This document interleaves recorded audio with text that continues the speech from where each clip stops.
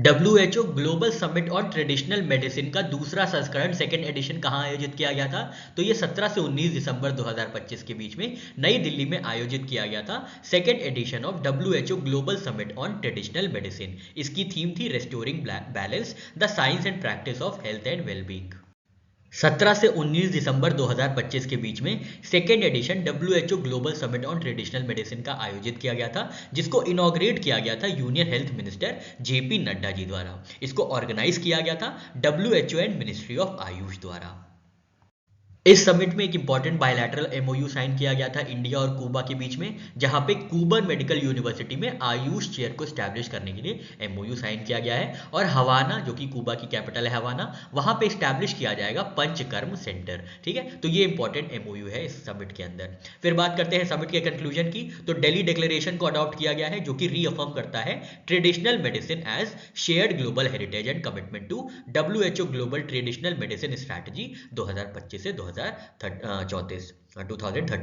Summit का conclusion क्या है? तो याद रखिएगा, दिल्ली डिक्लेरेशन किससे डील करता है? ट्रेडिशनल मेडिसिन से। ठीक है, और WHO ट्रेडिशनल मेडिसिन स्ट्रैटेजी कब से कब तक है? तो 2025 से 2034 तक।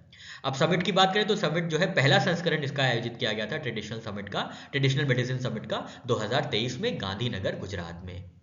नीति आयोग द्वारा प्रपोज किया गया model campus with in campus क्या है? तो इसके अंतर्गत जो फॉरेन यूनिवर्सिटीज हैं वो अपना कैंपस को लोकेट कर सकती हैं इंडियन पब्लिक या प्राइवेट इंस्टीट्यूशन में 10 ईयर सनसेट क्लॉज के साथ। याद रखना है, ये नीति आयोग द्वारा प्रपोज किया गया है campus with in a campus model.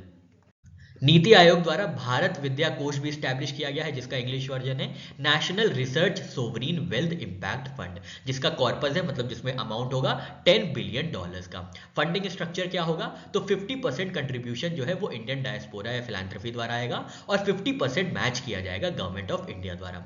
Purpose क्या है इस फंड का? तो रिसर्च जो है फाइनेंस की जाएगी for innovation, capacity building in higher education and skilling. Higher education और स्किलिंग को फाइनेंस करने के लिए भारत विद्या कोष यानी national research sovereign wealth impact fund establish किया गया है, जिसका जो कॉर्पस होगा, जो टोटल अमाउंट होगा इसमें, वो $10 बिलियन का होगा। और जो फंडिंग का स्ट्रक्चर है वो कैसे होगा? तो 50% जो है इंडियन डायस्पोरा दिया जाएगा। वो इन्फ्लुएंशियल इंडियंस जो बाहर रहते हैं, देश के बाहर रहते हैं, उन्हें सिंपल लैंग्वेज में डायस्पोरा कहते हैं। तो 50% वो देंगे कोई भी एक प्रोजेक्ट होता है तो, और उसी का 50% मैचिंग जो है गवर्नमेंट ऑफ इंडिया देगी। ठीक है, मान लीजिए कोई डायस्पोरा है, वो 1 लाख रुपए दिया है किसी रिसर्च के लिए, तो 1 लाख रुपए गवर्नमेंट ऑफ इंडिया भी देगी उन्हीं पर्टिकुलर रिसर्च पे। ठीक है, तो ये पर्पस हो गया। और इसी के अंतर्गत एक की पॉलिसी प्रपोजल जो है प्रपोज किया गया था नीति आयोग द्वारा, जिसको हमने देखा campus with in a campus. ठीक है, स्कॉलरशिप इतना इंपॉर्टेंट नहीं है, बस एक ये स्कॉलरशिप चलाई गई है, विश्व बंधु स्कॉलरशिप, 2 साल के लिए इंटरनेशनल स्टूडेंट्स के लिए मास्टर स्टडीज में। ठीक है,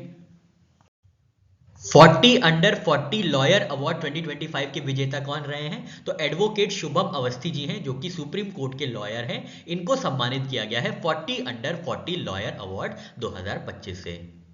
ब्यूरो ऑफ पोर्ट सिक्योरिटी कौन से एक्ट के अंदर स्टैब्लिश किया जाएगा? तो मर्चेंट शिपिंग एक्ट 2025 के अंदर एक बॉडी स्टैब्लिश की जाएगी, जिसका नाम है ब्यूरो ऑफ पोर्ट सिक्योरिटी। इसका काम क्या होगा? इसका काम यह होगा कि सिक्योरिटी को स्ट्रेंथन किया जा सके इंडियन पोर्ट्स पे। मिनिस्ट्री कौन सी होगी? Ministry of ports, shipping and waterways. नवंबर 2025 में इंडिया के 8 कोर सेक्टर्स की ग्रोथ रेट क्या रही है? तो 1.8% जो है ग्रोथ रेट रही है इंडिया के 8 कोर सेक्टर्स की नवंबर 2025 में। ये पूरी लिस्ट है, आप देख सकते हैं, 8 कोर सेक्टर्स इसमें दिए हुए हैं।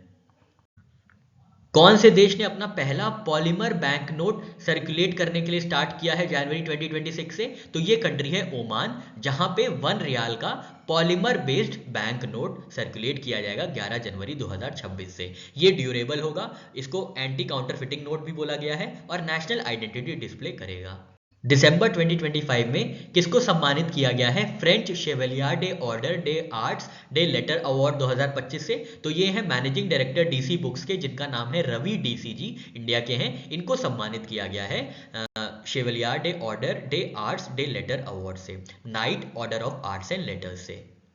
इस फ्रेंच अवार्ड को स्टैब्लिश किया गया था 1957 में, और इसमें 3 कैटेगरी में अवार्ड्स दिए जाते हैं। पहली कैटेगरी होती है शेवलियर की, सेकंड कैटेगरी होती है ऑफिशियर की, और थर्ड जो कैटेगरी होती है जिसमें अवार्ड दिया जाता है वो होती है कमांडियर की। कश्मीर में चिलिया कलान क्या सिग्निफाई करता है? तो चिलाई कलान जो है ये कश्मीर का सबसे कोल्डेस्ट और हार्शेस्ट फेज रहता है विंटर का, जहां बहुत भीषण ठंड पड़ती है। इसकी शुरुआत हो गई है 21 दिसंबर से और इसका ड्यूरेशन 40 दिन का रहता है। तो चिलाई कलान क्या है? ये कश्मीर का सबसे हार्डेस्ट फेज होता है विंटर का।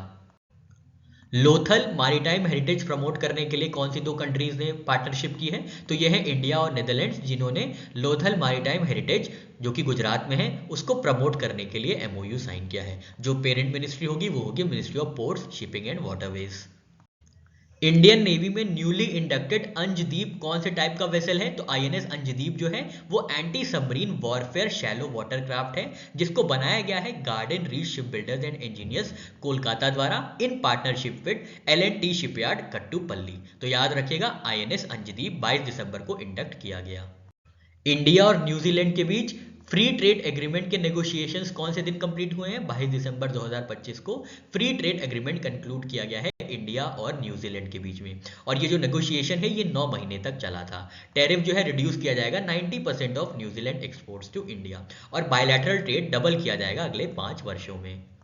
न्यूजीलैंड इन्वेस्ट करेगा $20 billion over 15 years in India. कौन कौन से सेक्टर में? Agriculture, education, clean energy, technology and food processing. India के एफटीए की बात करें तो ये 7th एफटीए होगा, 7वां फ्री ट्रेड एग्रीमेंट होगा हाल के वर्षों में UAE, Australia, UK, Oman, Mauritius और ईएफटीए कंट्रीज के बाद। बताइए ईएफटीए कंट्रीज कौन कौन सी हैं?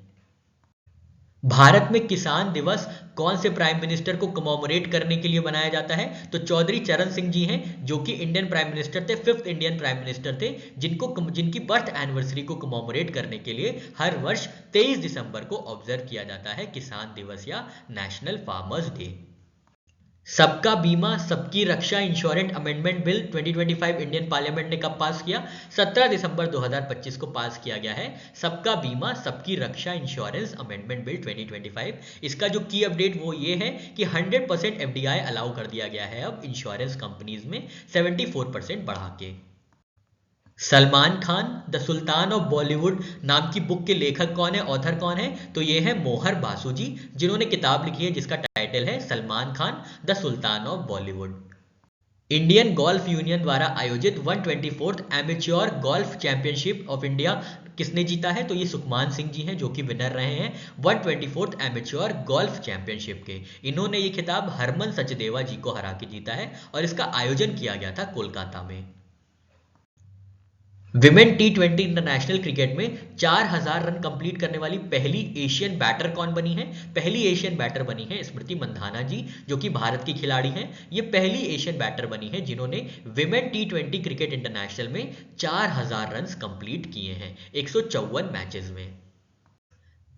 स्मृति मंधाना जी सेकंड बैटर होंगी ओवरऑल विमेन T20 में जिन्होंने 4000 रन से ज्यादा स्कोर किए हैं। इनसे आगे सिर्फ सूजी बेट्स हैं जिनके 177 मैचों में 4716 रन हैं। ठीक है, तो बहुत ज्यादा दूर नहीं है, होपफुली जल्दी ही ये भी रिकॉर्ड टूटेगा।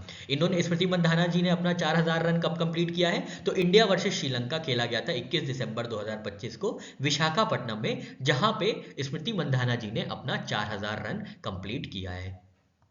तमिलनाडु के कौन से रिवर पे smooth coated otter conservation programme start किया जाएगा? तो कावेरी डेल्टा पे फोकस किया जाएगा। स्पीशीज कौन सा होगा?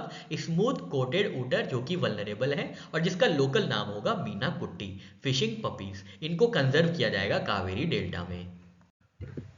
ईरा ईक श्वाब, जिनका 105 वर्ष की आयु में निधन हुआ है, ये कौन से वॉर के वेटरन रहे हैं? तो ये वर्ल्ड वॉर 2 के वेटरन रहे हैं ईरा ईक श्वाब, जिनका 105 वर्ष की आयु में निधन हो गया है। और इन्होंने सरवाइव किया था पर्ल हार्बर अटैक, जिसको किया गया था 1941 में 7 दिसंबर। भारत के कौन से क्लब ने जीता है इनॉग्रल मतलब पहली बार आयोजित south Asian football federation women club championship 2025? तो ये जीता गया है ईस्ट बंगाल फुटबॉल क्लब द्वारा, जिन्होंने नेपाल को हरा के ये खिताब जीता है। ईस्ट बंगाल फुटबॉल क्लब ने नेपाल में ही नेपाल को हरा के साउथ एशियन फुटबॉल फेडरेशन द्वारा आयोजित पहला विमेंस क्लब चैंपियनशिप 2025 जीता है। ये इसका पहला संस्करण था। साफ है साउथ एशियन फुटबॉल फेडरेशन, जिसको इंडिया की East Bengal football club women's team ने जीत लिया है। ऑरोविल फाउंडेशन को हाल में ही पार्लियामेंट्री स्टैंडिंग कमेटी ने कौन सा स्टेटस ग्रांट किया है? तो इंस्टीट्यूट ऑफ नेशनल इंपॉर्टेंस का स्टेटस प्राप्त हुआ है ऑरोविल फाउंडेशन को, जो कि पुडुचेरी में है। इस पार्लियामेंट्री पैनल को चेयर किया गया था दिग्विजय सिंह जी द्वारा, जिन्होंने ऑरोविल फाउंडेशन को इंस्टीट्यूट ऑफ नेशनल इंपॉर्टेंस का दर्जा दिया है। इलॉन मस्क पहले इंडिविजुअल बने हैं कितनी नेटवर्थ सरपास करने वाले? तो $700 बिलियन की नेटवर्थ सरपास करने वाले इलॉन मस्क जो है पहले इंडिविजुअल बने हैं। इनके पास टोटल अब $749 बिलियन हो गए हैं, और ये पहले व्यक्ति बने हैं जिनके पास $700 बिलियन की नेटवर्थ है। म्यांमार के लिए जारी किया गया क्विक इम्पैक्ट प्रोग्राम कौन से इनिशिएटिव का पार्ट है? ये पार्ट है मेकॉन्ग गंगा कॉरपोरेशन का, जिसके अंतर्गत क्विक इम्पैक्ट प्रोजेक्ट्स जैसे कि वोकेशनल एजुकेशन, गर्ल्स ट्रेनिंग के लिए infrastructure, clean energy, skill enhancement आदि चीजें जो है प्रोवाइड की गई हैं म्यांमार को। NDTV Indian of the year 2025 में जे शाह जी को किस ऑनर से सम्मानित किया गया है? तो इनको सम्मान प्राप्त हुआ है transformational leader of the year का। किसको प्राप्त हुआ है? जे शाह जी को, जो कि आईसीसी चेयरमैन है। किसने दिया है? NDTV Indian of the year 2025 ने। कौन सा award? Transformational leader of the year का।